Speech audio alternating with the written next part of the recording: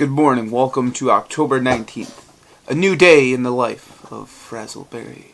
What's going on, man? We've got a bowl of golden grams here. Hey, do you have to do this now? Huh? Do you have to do this right now? This exact moment? Alright, come on. Jump over, come on. CJ, come on, get over, man. Get over here, man. Get over here. CJ, come on. Oh. Oh. Climb up. What are you doing?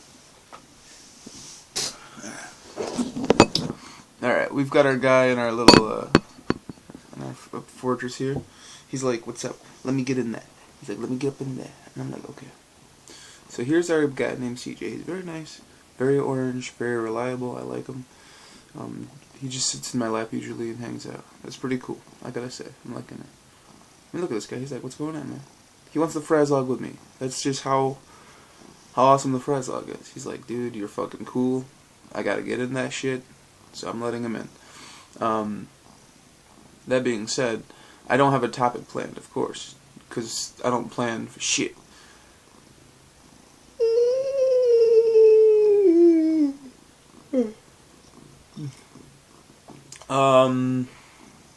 In situations like this, the best thing to do is think of memories. What's a memory that I like that I've never really talked about? I guess we can talk about I guess it's a really good game that sparks some memories.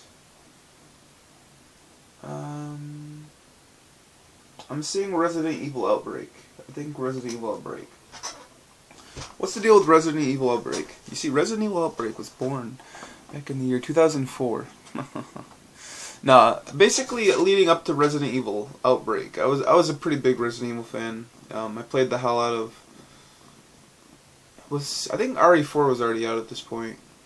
But pretty much my main experiences with it was just like the GameCube remake of the first game. I played a little bit of Code Veronica in the second game, and a little bit of the third, but nothing major. I was more of a fan of the concept of Resident Evil more than the games themselves. But I saw Outbreak coming out, and I was like, wait a minute, you gonna play as like 8 different characters? That sounds pretty cool. So I saw the magazine ads leading up to this game. I was pretty excited. Saw a bunch of previews, and it's like, check it out. Looks pretty good. So the first game comes out. I didn't get it right at launch, but I had a day off from school. So I go up to my cousin's house. I can't remember what holiday it was, but we all had school off that day.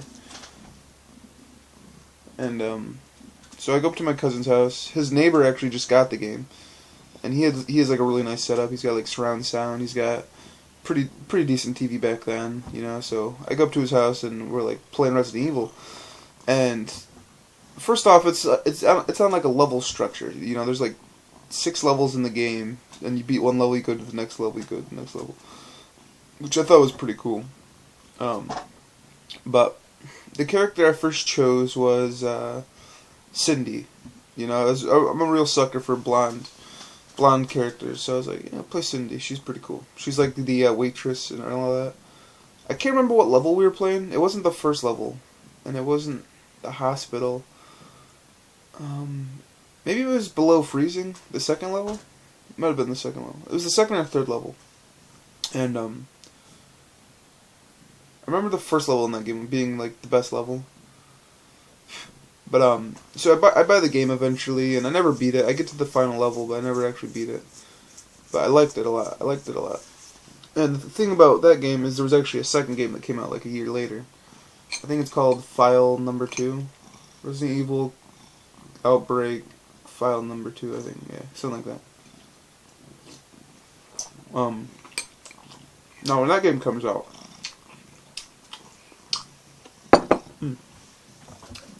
I already had Xbox Live at this point, and for that Christmas, this was like November 2000. No, this was summer of 2005 is when I got high-speed internet and Halo 2 online, Xbox Live, and all that. So I was like, okay, we've got this Resident Evil coming out. That's really the only game coming out in 2005 that I want. Let me take and buy the PS2 online adapter, the Ethernet adapter, and I guess I'll get Resident Evil Outbreak #2. So I pick up both of those, and it's like one of those Christmas presents you know you're getting. I think I actually picked it out, but my dad was like, "Yeah, we're just gonna wrap it up and you can get it Christmas." I was like, "Well, kind of sucks, but I guess I can wait." So what happened is we get to Christmas Eve, and I'm on Xbox Live playing with Chimon and Ryder, or Chimon and Derek, two of those guys. And I'm sitting there with my Christmas presents, just like, I really want to play Resident Evil right now, because around that time we had like a large zombie fetish. We always played zombies in Halo, custom games. All we played was zombies. Which if you never played Halo 2, zombies was basically this mode where, alright, so you start the matchup with one zombie. He's on the green team. Everybody else is on, you know, whatever other color you want to be, blue usually. And the blue team, they only have shotguns and pistols, and the zombie only has an energy sword. Now it's one-hit kills, so basically you've got your pistol that can one-hit headshot kill, or you got your shotgun that can one-shot close kill. Now the whole point of the zombie is once he kills somebody, they have to switch over to the zombie team. A really fun game mode for when it came out. Oh yeah, that was the custom game to play. So I'm sitting there on Christmas Eve playing zombies with those guys, and then we're like, we gotta go. It's Christmas Eve. We gotta go. So I'm like, fuck. I'm left alone. All right, you know what? Fuck it. I go out and I take the Ethernet adapter, sneak it back into my room, plug it up into my PS2.